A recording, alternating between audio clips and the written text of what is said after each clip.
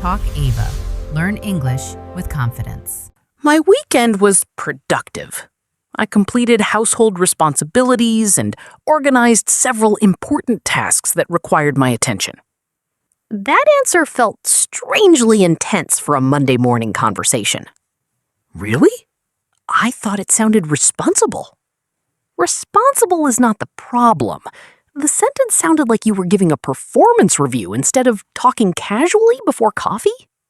See, this is what confuses me about English conversation sometimes. The grammar was fine. The meaning was clear. Nothing was incorrect. Nothing was incorrect technically. That's what makes this kind of thing difficult to notice. The answer sounded emotionally closed, even though the information itself was normal. Emotionally closed is such a strange phrase. But you felt the awkwardness too, right? After your answer, the conversation suddenly had nowhere to go. And if you enjoy conversations like this, don't forget to like, share, and subscribe. Now that you mention it, yes, the silence afterward felt slightly uncomfortable. Because your answer finished the topic instead of opening it. I think I usually talk like that when I'm trying to sound careful in English. That's probably why. It happens to a lot of learners. People become so focused on sounding correct that they accidentally remove personality from the conversation. So what would sound more natural there? Honestly, even something simple like, pretty relaxing actually. I cleaned my apartment and watched a movie. What about you? Feels much easier to continue. That answer sounds less polished, though. Yes, but it sounds more human. That's the difference. I think learners are secretly afraid of sounding too simple, so we end up building these strange formal sentences because they feel safer somehow. And ironically, those safe sentences sometimes create awkwardness socially. Your weekend answer sounded like you were trying to complete an assignment perfectly. That hurts slightly because it feels true. I'm not even criticizing your English. I'm talking about conversational energy. Those are different things. Conversational energy sounds like something people naturally understand without studying. Native speakers usually absorb it slowly while growing up. They learn that conversations are not only about delivering information, they're also about making interaction feel easy and comfortable. That explains why some people sound incredibly... Most learners do at some point, especially people who learned English mostly through textbooks, exams, or formal environments. I'm realizing something uncomfortable now. Sometimes I answer questions correctly, but accidentally make the conversation colder. That's the hidden mistake many learners keep repeating. Not grammar mistakes, connection mistakes. That sounds much harder to fix, honestly. It becomes easier once you notice the pattern. Right now, you're treating conversations like information exchanges instead of shared moments. That sounds philosophical for a Monday discussion about weekends. Maybe, but normal conversations are strangely emotional when you think about them carefully. So when native speakers talk casually, they're not only answering questions, they're also feeding the interaction?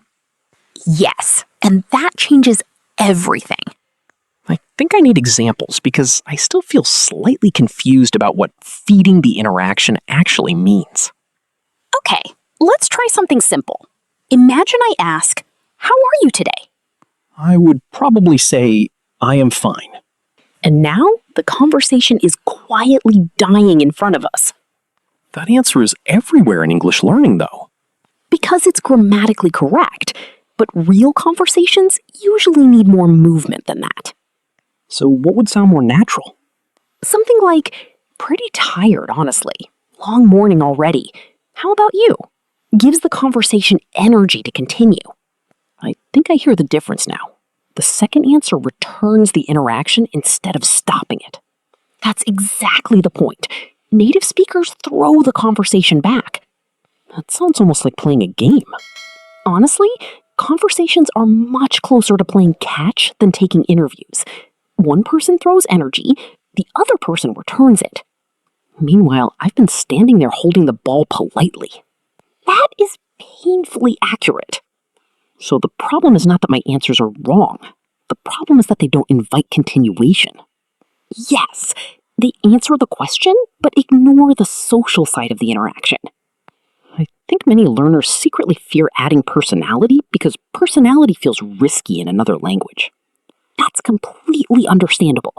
Simple textbook answers feel emotionally safe because they reduce chances of mistakes. But they also I think I finally understand why some conversations with fluent speakers feel effortless. They constantly keep the interaction moving emotionally. Yes, and they often do it without consciously thinking about it. Meanwhile, learners sometimes focus so hard on correctness that the conversation slowly loses life. This conversation is making me realize I've spent years learning how to build sentences, but not always how to build comfort. And honestly, comfort is what keeps conversations alive in the first place. I think I finally understand why I speak that way sometimes. It's not because I naturally enjoy formal English, it's because I'm constantly trying to avoid mistakes while talking. That honestly makes a lot of sense. Careful English often sounds emotionally smaller because the speaker is protecting themselves the entire time. Protecting themselves is a good way to describe it. When I speak English casually, there's always this small fear in my head that I'll say something strange or childish. So instead, you build these very safe sentences that nobody can criticize. Yes, but apparently nobody can emotionally connect to them either. That's the hidden problem. Learners often become emotionally invisible while trying to sound correct. Emotionally invisible sounds depressing, but accurate sometimes. Think about it. When people speak naturally, they reveal little reactions constantly. Excitement, curiosity, frustration, surprise, opinions. Safe English removes many of those things. I think I do that a lot in conversations. I remove anything that feels risky emotionally. Because mistakes feel dangerous, especially in another language. In your native language, personality comes out automatically. In English, I sometimes feel like I'm carefully carrying fragile glass through a crowded room. That might be the most relatable learner description I've heard in a long time. And the strange thing is that people probably assume I'm cold or distant, when actually I'm just concentrating too hard internally. That happens constantly with learners. Native speakers hear emotional distance, but the learner is usually just mentally overloaded internally. Now I'm remembering a conversation from last year. Someone showed me pictures from their vacation and said, "We had the best time." I responded with, "I think learners secretly believe fluency means sounding controlled and mistake-free all the time." When actually natural conversations are slightly messy. People react emotionally, change directions mid-sentence, exaggerate stories, laugh unexpectedly, and say imperfect things constantly. Meanwhile, I'm trying to construct the safest sentence structure ever invented. You're treating conversations like survival missions. That sounds dramatic, but also true. Look at this difference. Imagine someone says, "I finally finished my project." Your version might be, "That is positive news. Congratulations on your completion." That sounds horrifying now that I hear it out loud. Because it sounds emotionally distant, even though it's polite. What would feel more natural? Something simple like, "Seriously? Finally! You sounded stressed about that for weeks." That answer feels emotionally involved. I noticed something interesting there. The second response sounds less perfect, but much more alive. Because fluency is not hiding mistakes. It's sounding alive. That line genuinely changes how I think about conversations. And honestly, this is not really a grammar issue anymore. It's closer to an identity issue. Identity issue? Yes. Many learners slowly remove their natural personality while speaking English because they become too focused on control. That feels strangely emotional, because I think I've done that for years without realizing it. Most people don't notice it immediately. They think the goal is correct English, but real conversations depend on warmth, reactions, rhythm, and openness too. I think I finally understand why some fluent people with small vocabulary still feel incredibly easy to talk to. Because people connect to energy more than polished wording. And meanwhile, I've been building emotionally bulletproof sentences. Which accidentally keep people outside the conversation. Okay, this conversation is becoming slightly life-changing now. Good, because this next part is where things become really obvious socially. That sounds dangerous already. Let's analyze some real conversational moments. Not grammar, just social feeling. I feel nervous already because I know I'm about to sound like a malfunctioning office email. Probably a little. Let's start simple. Imagine someone compliments your jacket and says, "That looks really good on you." I might say, "Thank you for your..." Exactly. Let's try another one. Someone invites you for coffee after work. I might say, "I appreciate your invitation, but I am unavailable this evening." That sounds like rejecting a diplomatic meeting. I know. I hear it now. A natural version could simply be, "I can't tonight, unfortunately, but another day maybe?" The information is similar, but the emotional feeling changes completely. The second version feels more human and less official. Because good conversations breathe. Bad conversations report information. That line needs to be written on a wall somewhere. Now imagine a coworker says, "This meeting is taking forever." I would probably respond, "Yes, the duration has exceeded expectations." That sounds like you're filing a complaint with management. I'm starting to realize my English personality becomes a tired customer service representative under pressure. And notice something important. None of your sentences are wrong. That's what makes this topic difficult for learners. The grammar survives, the human connection dies. That is painfully accurate. What would a more natural response sound like there? Maybe something like, "I stopped understanding the meeting 20 minutes ago. Now the conversation has personality and emotional reaction." And that answer feels easier to continue naturally. Exactly. Which reply feels easier to continue? That's the real question native speakers unconsciously ask during conversations. Not, "Was the grammar perfect?" Almost never. People usually remember how interactions felt emotionally, not whether every sentence was technically impressive. This honestly explains so many exhausting conversations I've had in English. I thought fluency meant sounding polished, but polished without warmth just feels distant. And once learners understand that, conversations suddenly become much more relaxed and much more real.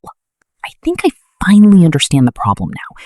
But honestly, it also explains why some conversations in English have always felt strangely exhausting for me. Because you've been trying to sound correct instead of comfortable. Yes. And now I'm realizing those are completely different goals sometimes. They really are.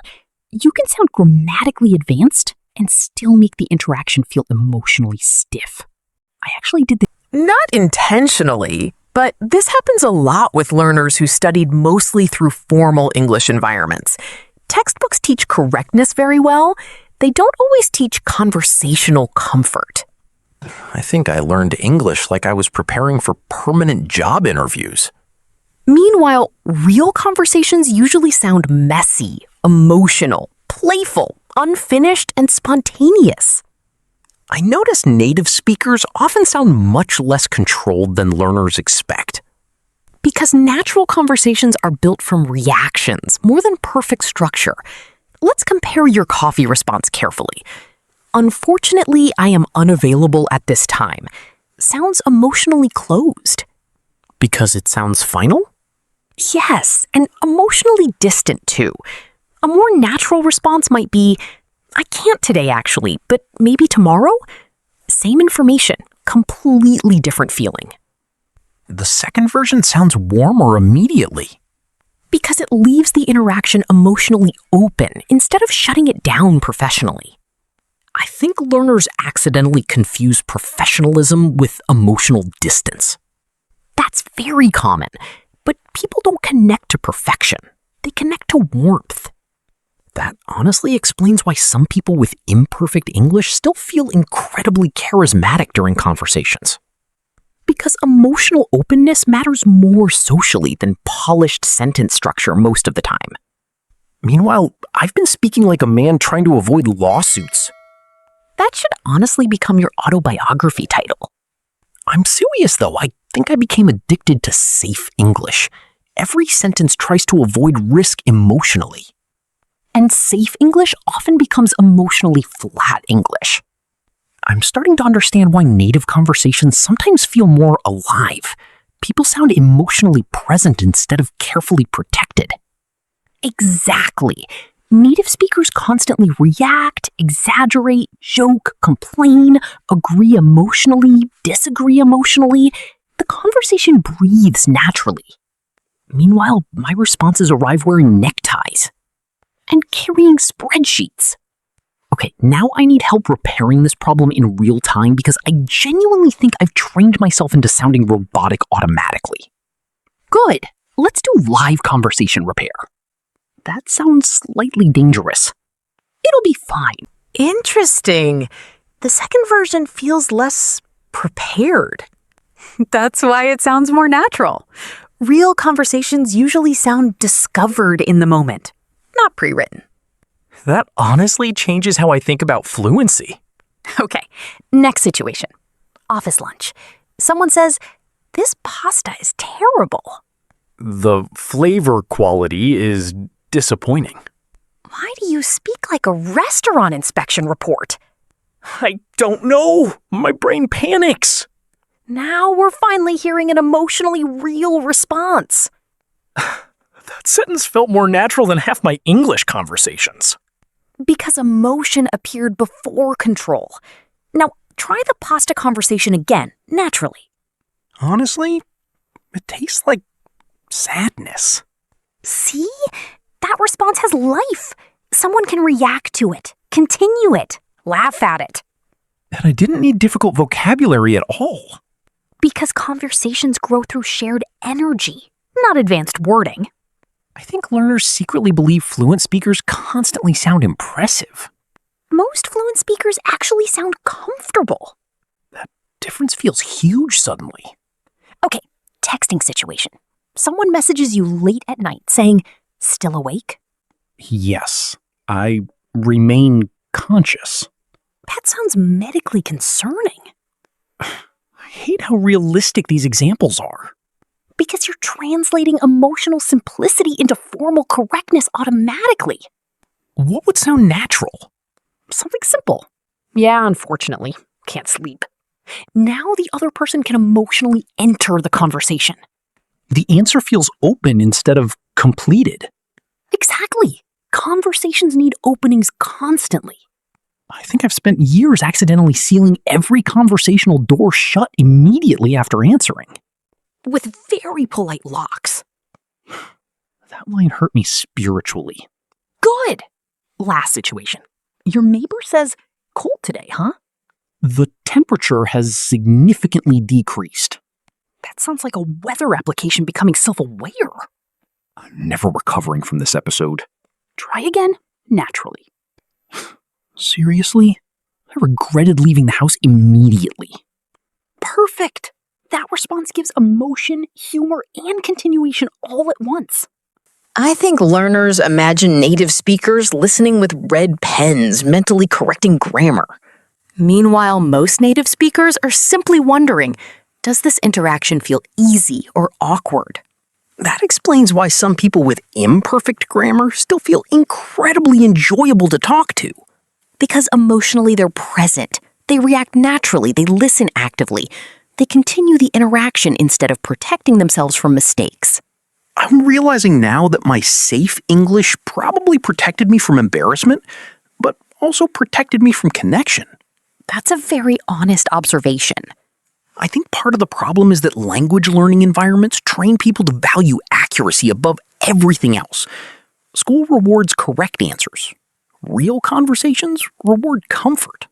And those are not always the same skill. Not even close, apparently. Earlier, when you said conversations are more like playing catch than interviews, something clicked for me. Because conversations need movement constantly. One person shares energy, The other person responds, reacts, adds something, shifts direction slightly. That rhythm keeps the interaction alive. Meanwhile, I was basically catching the ball and quietly placing it in my pocket. Very politely. Always politely.